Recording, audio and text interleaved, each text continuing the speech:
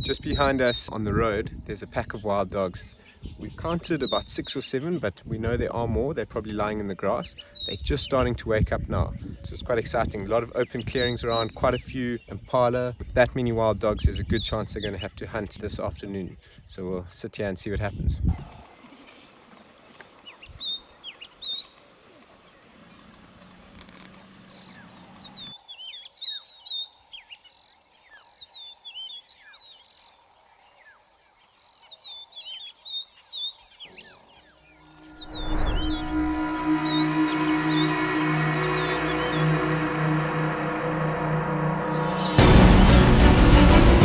Chasing some impala just up ahead. Can't look back too much.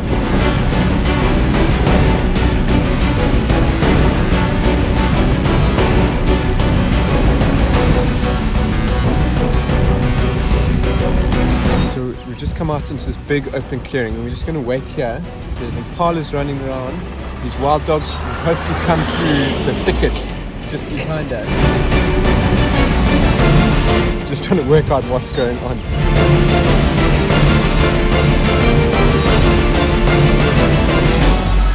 It's pretty hard to keep up with them when they're moving that fast. This afternoon didn't look like they were that successful. Where we're leaving them now is within 300 meters of the Londolozi camps, and tomorrow morning we get to do it all again.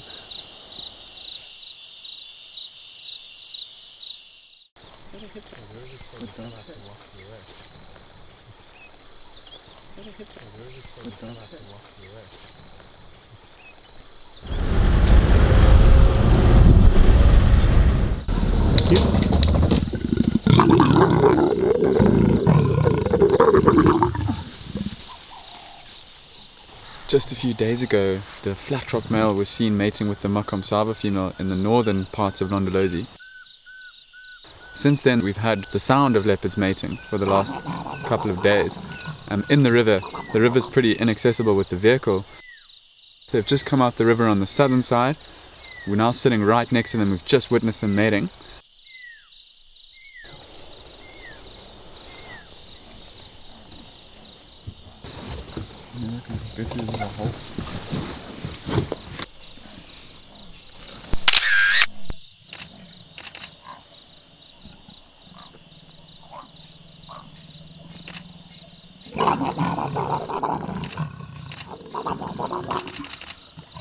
We've spent the majority of the afternoon with these two leopards. They've mated quite a lot.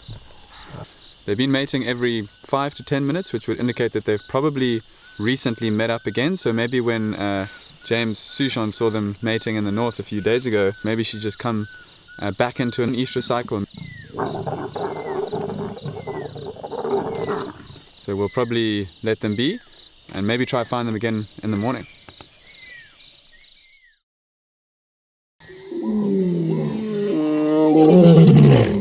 Okay, we're heading out to find a lion who we heard roaring. It can be quite difficult from a distance to tell exactly where they're roaring from. Some of the more senior trackers can say with absolute certainty, and they're always right, irritatingly. They'll tell you like the square meter on the clearing where the lion's roaring from kilometers away. Kev and I are just hoping it's on Londolozi. But he might be moving, so that throws a spanner in the works. But let's find him first. So still nothing. We're looking for tracks.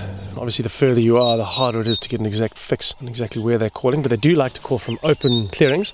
Sound travels further. They get a bit more bang for their buck. More other lions. Does that make sense? More other lions. Sound travels further. More lions hear it. A bit more reward from the effort they're putting into roar. What a beautiful sighting we've just had with this breeding herd of elephants all around us. They've come from a waterhole just up to our left here. But the main feature of the sighting was we heard the lions roaring again up towards that clearing. So it turns out, unless they moved, Kev and I were totally wrong about where they were calling from. But it does sound like two males, and they aren't together. It sounds like they're a good couple of 100 meters apart, so quite possibly one of them has been moving. The sad news is that Kev was far closer in his estimate than I was, so yeah, I'll hang my head in shame today.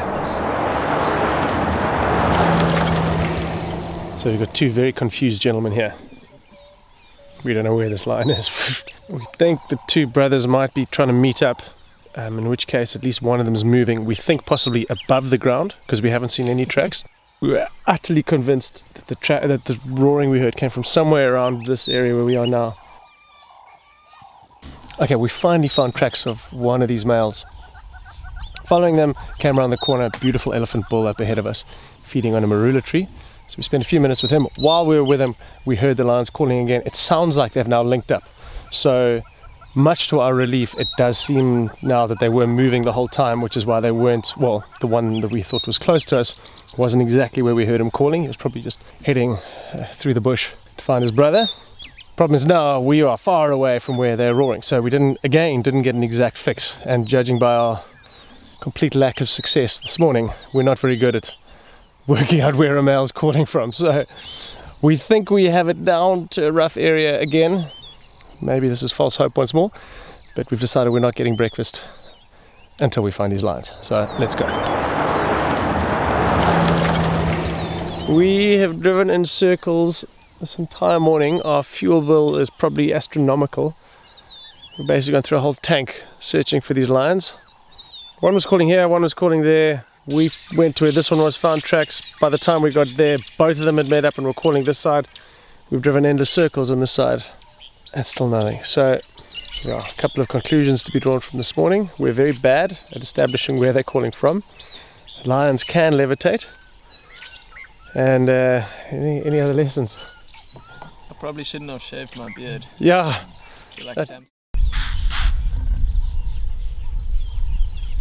Okay, we've come out this evening with the express intention of finding those male lions that eluded us this morning.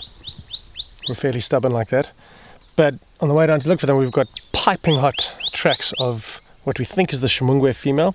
The tracks go down a road, into a block, and then back out and up the same way they came.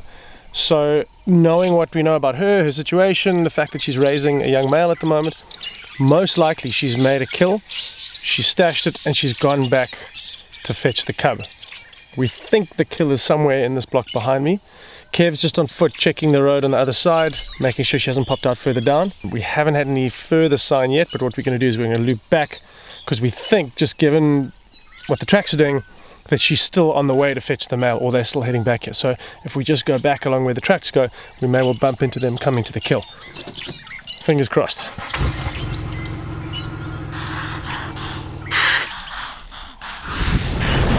Okay, so now we've got impalas alarming, almost certainly.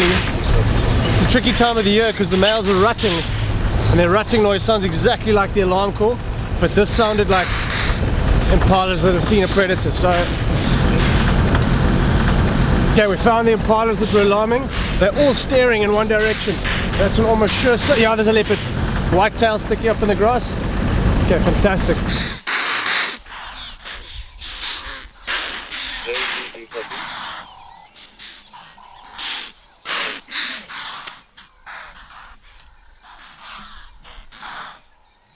That was an amazing sighting with the young male going after impala. He's clearly very inexperienced. He's just running in on the herds and hoping one will trip. So he's got a lot to learn about stealth and ambush. Interesting point that Kev made though is seeing what was happening there is why haven't leopards evolved to hunt in pairs? Because if he was just chasing them around, if the mom could have gotten to a position where she could have lain low in the grass, she could have easily got one.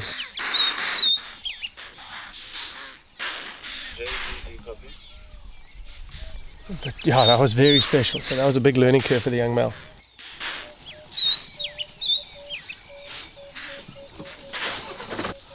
Chasing everything in sight. He's chasing big bull, what are they called? Waterbuck. Not wildebeest. Pouncing on his mom. A lot of it's just practicing stalking, practicing pouncing, hunting, tackling her. It's kind of a case of failure to launch. He probably should have been doing this months ago, but better late than never. He's bigger than her now, so yeah, she's getting more and more reluctant to share her kills with him. We think she's going to lead him to a kill now, just from the tracks we saw earlier. She's taking her time getting there, but they are heading in the direction that we found her tracks. But I think he just took the opportunity to chase some impala and have a good evening. So we're just going to stick with them. It's getting dark now, but we're going to stay with them until they go to kill. She better be quick though, because if it's on the ground, she'll need to hoist it before a hyena finds it.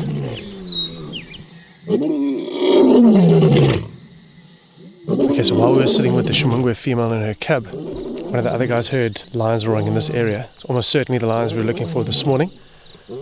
We didn't hear it because our engine was on, but what we've done is we've now come to sit at a crest, roughly in the area where they thought the roaring was coming from. And we're just going to sit here quietly until they roar again, which they almost certainly will, and then hopefully we'll be able to triangulate exactly where they are and close the book nicely on what is a very frustrating morning.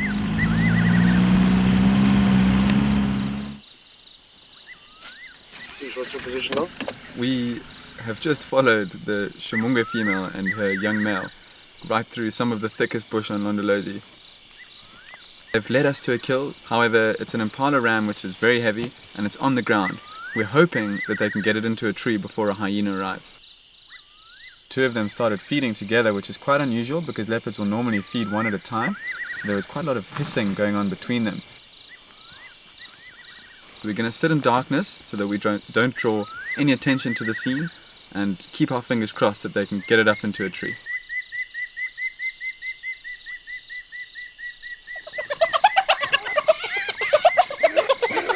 After about 20 minutes, a hyena came sniffing around the area and has now stolen the kill. Both leopards are still around. We can hear them grooming around us. It does sometimes happen where leopards will just hang around the area and steal a little bit of the kill back.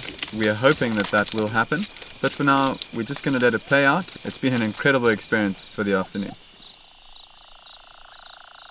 Right, well, thank goodness we can close out this chapter. We're sitting in silence for a while, and eventually this male started roaring. So we found him here in a clearing very close to where we initially heard him roaring this morning. Sadly, about 20 meters from where we drove. But we've closed this chapter, thank goodness. And now finally we get to have breakfast.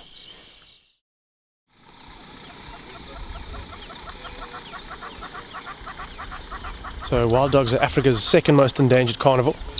So it's obviously a fairly special event when they're on the reserve. And yesterday one of the local packs of 13 was found on Londolozi, very close to our camps.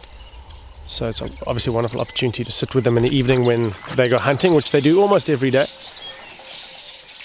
So we knew they were going to get going. And usually when they start the hunt, there's a bit of greeting, there's a bit of yipping, the pack runs around a bit, yawn stretches, and they do this kind of elaborate interaction, which lets you know that they're about to get going and the action's going to start. It's usually fairly high speed, it's pretty exciting. And what was amazing to see was on cue, just as they were about to get going, hooded vultures arrived, landed. The vultures often follow the dogs. They know that they're such successful predators that there's a very good chance that they're going to be scraps left over when they've moved through. So we knew they were going to get going, and very close to where we were waiting with them there was a whole extensive set of clearings going up onto an open hillside where we knew they were impala grazing because we'd seen them earlier. They didn't know the wild dogs were there though. Generally the dogs will try and sneak as close as possible, and then they get into stalk mode, the ears go flat, they crouch low, and they get as close as they can, and as soon as the prey sees them, bah, they scatter.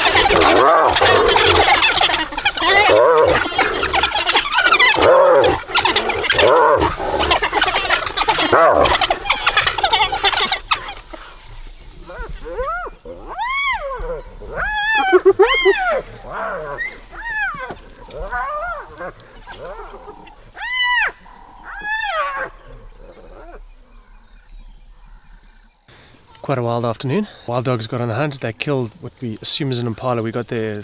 It's almost impossible to follow them on the hunt. We got there when there were only scraps left. What they didn't realize is that they were making the kill within 300 meters of the local hyena den. So pretty much half of the local clan rolled in, stole most of the kill. Big interaction. I mean, one of the hyenas backed up against the footwell with, half a foot from my shin bone and his back. I feel like we bonded during that.